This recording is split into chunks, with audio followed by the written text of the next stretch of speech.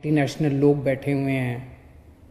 मैं उनसे पूछना चाहता हूँ, हजारों हजारों एक्स सर्विसमैन, पूर्व सैनिक जो रिटायर हो चुके हैं, ऐसे हजारों पूर्व सैनिक वहाँ पे बॉर्डर पे किसानों के साथ बैठे हुए हैं, जिन लोगों ने एक समय में देश की रक्षा करने के लिए अपनी जान की बाजी लगाई थी।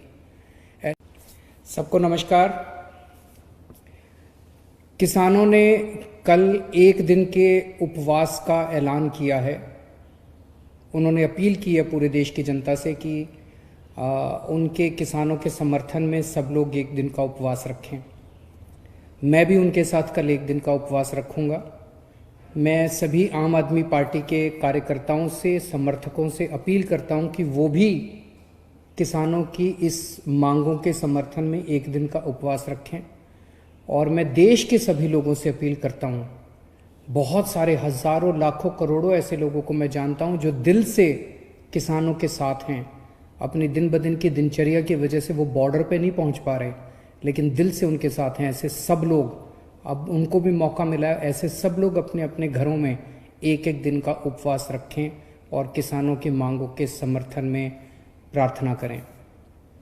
मैं देख रहा हूं पिछले कुछ दिनों से केंद्र सरकार के कुछ मंत्री और भारतीय जनता पार्टी के कुछ लोग बार बार कह रहे हैं कि ये किसान देशद्रोही हैं, ये आंदोलन देशद्रोहियों का है, यहाँ पे एंटी नेशनल लोग बैठे हुए हैं।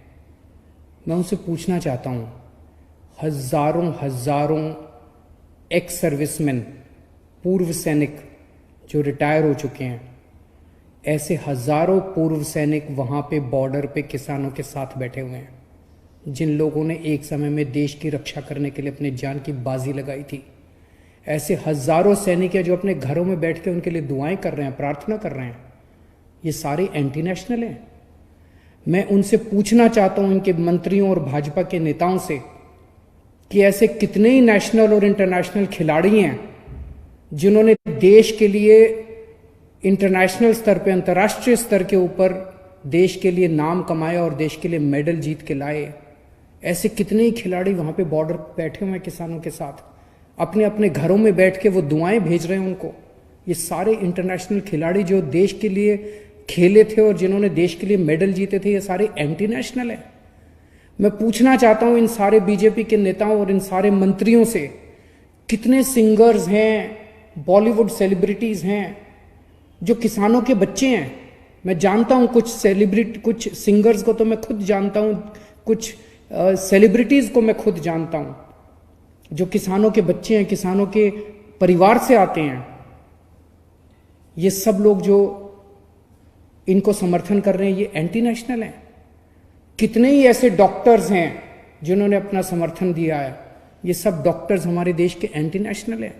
आज मुझे पता चला बहुत बड़ा वकीलों का समूह बॉर्डर के ऊपर उनको समर्थन देने के लिए पहुंचा था। ये देश के सारे वकील एंटी नेशनल हैं।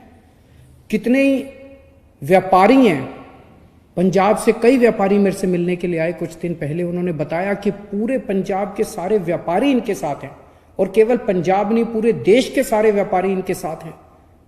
देश के सारे व्यापारी एंटी नेशनल हैं। मुझे याद आ गया अपने अन्ना हजारे जी के आंदोलन के दिन, जब हम भी रामलीला मैदान में आंदोलन के लिए बैठे थे। उस वक्त की कांग्रेस की सरकार भी तरह तरह के षड्यंत्र रच के हम लोगों के खिलाफ रोज अखबारों में और मीडिया में, टीवी चैनलों पे स्टोरी प्लांट की जाती थी कि ये गलत लोग हैं, ऐसे लोग हैं, एंटी नेशनल लोग हैं। जिस तरह से हमारे आंदोलन को बदनाम करने की कोशिश की जा रही थी उन दिनों में कांग्रेस के द्वारा, आज वही कोशिश किसानों के आंदोलन को बदनाम करने के लिए बीजेपी कर रही है और सत्ता पक्ष कर रहा है। इस देश के किसानों को एंटी नेशनल कहने की हिम्मत मत करना। कुछ लोग ये कह रहे हैं कि इसमें तो कुछ चंद लोग, बस पंजाब के किसान, हरियाणा के किसान, कुछ चंद किसान इसमें शामिल हैं, बाकी जनता इसमें शामिल नहीं है। ये उनकी गलतफहमी है। मैं परसों एक शादी में गया था, 2-3 दिन पहले। वहां पे मैं कुछ लोगों से मैंने पूछा, मैंने कहा इन किसान बिलों के बारे में आपको क्या कहना है, आप क्या सोचते हैं?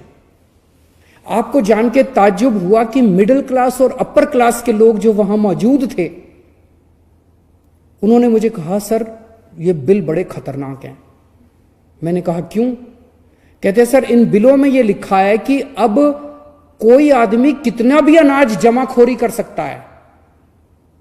अभी तक इस देश के अंदर जमाखोरी करना अपराध होता था। हर अनाज की एक लिमिट होती थी, जैसे मान लो चना है तो सरकार लिमिट लगा देती थी, भाई 10,000 क्विंटल से ज्यादा कोई, या जो भी लिमिट थी, इससे ज्यादा कोई चना अगर जमाखोरी करेगा तो उसके ऊपर मुकदमा चलाया जाएगा, उसको गिरफ्तार किया जाएगा, उसका सारा सामान जब्त कर लिया जाएगा। इस देश के अंदर जमाखोरी करना जुर्म होता था, क्योंकि जमाखोरी करने से कीमतें बढ़ती थी। अब जो केंद्र सरकार कानून लाई है, इसमें जमाखोरी करना अपराध खत्म कर दिया गया। अब जमाखोरी करना अपराध नहीं बचा है। अब कोई कितनी भी जमाखोरी कर सकता है, कितना भी सामान, कितना भी अनाज जमाखोरी कर सकता है। तो फिर तो जिनके पास पैसा है वो तो बहुत सारा अनाज स्टोर करके रख लेंगे अपने पास, बहुत सारा सामान अपना, बहुत अनाज अपने अपने गोदामों के अंदर स्टोर करके। फिर तो महंगाई बहुत बढ़ जाएगी। तो मुझे वो लोग कहने लगे सर इससे तो महंगाई बहुत बढ़ जाएगी। कानून में ये लिखा है कि अगर महंगाई एक साल में डबल जब तक नहीं हो जाती तब तक जमाखोरी करने में कोई पाबंदी नहीं होगी। तो इसमें हर साल महंगाई डबल होती जाएगी। आज अगर 20 रुपए किलो गेहूं है तो इस साल 40 रुपए हो जाएगी, अगले साल 80 रुपए हो जाएगी, अगले साल 3 साल में 160 रुपए। ये क्या है? तो मैं ये कहना चाहता हूं कि कोई ये गलतफहमी में ना रहे कि इस कानून के समर्थन में केवल चंद वो किसान हैं जो बॉर्डर पे बैठे हुए हैं, वो भी हजारों लोग बैठे हुए हैं। इस देश का एक एक आदमी इन कानूनों को समझ रहा है, हर आदमी इन कानूनों को समझ रहा है और इन कानून की बारीकियों को समझ रहा है। जो लोग अपनी जिंदगी में व्यस्त होने की वजह से बॉर्डर पे नहीं पहुंच पा रहे, उनका दिल वहीं है, किसानों के साथ है। तो मेरी केंद्र सरकार से गुजारिश है कि अहंकार छोड़िए। अहंकार अच्छी चीज नहीं होती। सरकारें जनता से बनती है, जनता सरकारों से नहीं बनती। अगर जनता इन तीनों बिलों के खिलाफ है तो इन तीनों बिलों को तुरंत रद्द किया जाए और एमएसपी के ऊपर किसानों की फसलें खरीदने की गारंटी देने का बिल बनाया जाए। जितनी भी किसानों की मांगे हैं उन सारी किसानों की मांगों को तुरंत मंजूर किया जाए। नमस्कार।